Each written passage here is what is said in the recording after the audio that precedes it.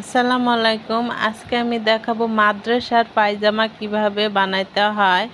আমি প্রথমে এই যে কাপড়টা কেটে নিয়েছি, তারপরে কাপড়ের বাঁশটা খুলে দুই সাইডের হাই আমি সেলাই করে দিব।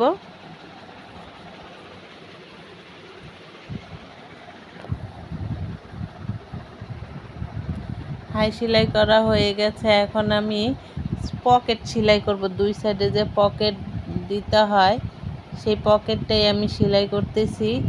এখন পকেটের এই সেলাইয়ের সাইডে একটা কাট মার করে দিলাম।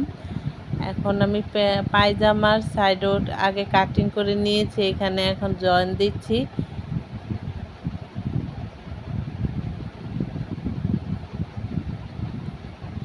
পকেট জয়েন করা হয়ে গেছে। এখন পকেটটা ভালোভাবে ফিনিশ করে হাতে ফিনিশ করে টপ সিন দিতে হবে একটা।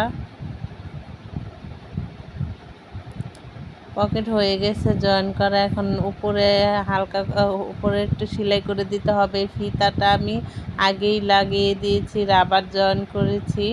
এখন নিচের মুহুরিটা একটা বক্রম দিয়ে চিকন করে কেটে এটা এখন জয়েন করে দিব।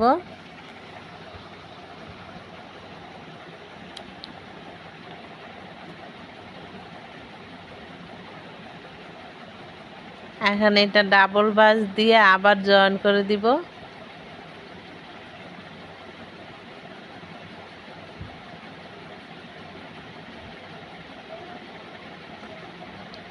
এখন নিচে দুইটা সেলাই দিব,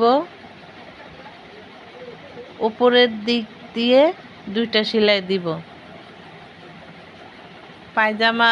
মাদ্রাসার পায়জামার নিচের মুহুরি এত ঘন সেলাই হয় না, 4টা সেলাই দিতে হয় উপরে নিচে, যে দেখুন এরকম করে। এখন আমি মুহুরি নিচ্ছি 11।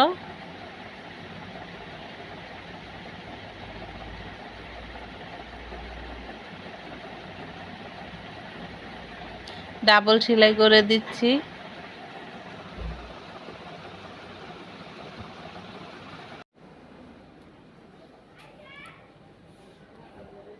এখন যে কমপ্লিট হয়ে গেছে, দুই সাইডে শেষ পকেট লাগানো হয়ে গেছে, ফিতাটাও যে লাগিয়ে ফেলছি। হ্যাঁ, পায়জামাটা বানানো হয়ে গেছে। পায়জামাটা বানানো কেমন হয়েছে মাদ্রাসার পায়জামা আপনারা কমেন্ট বক্সে জানাবেন। আর নতুন আপুদের জন্য আমার এই ভিডিওটি। আসসালামু আলাইকুম।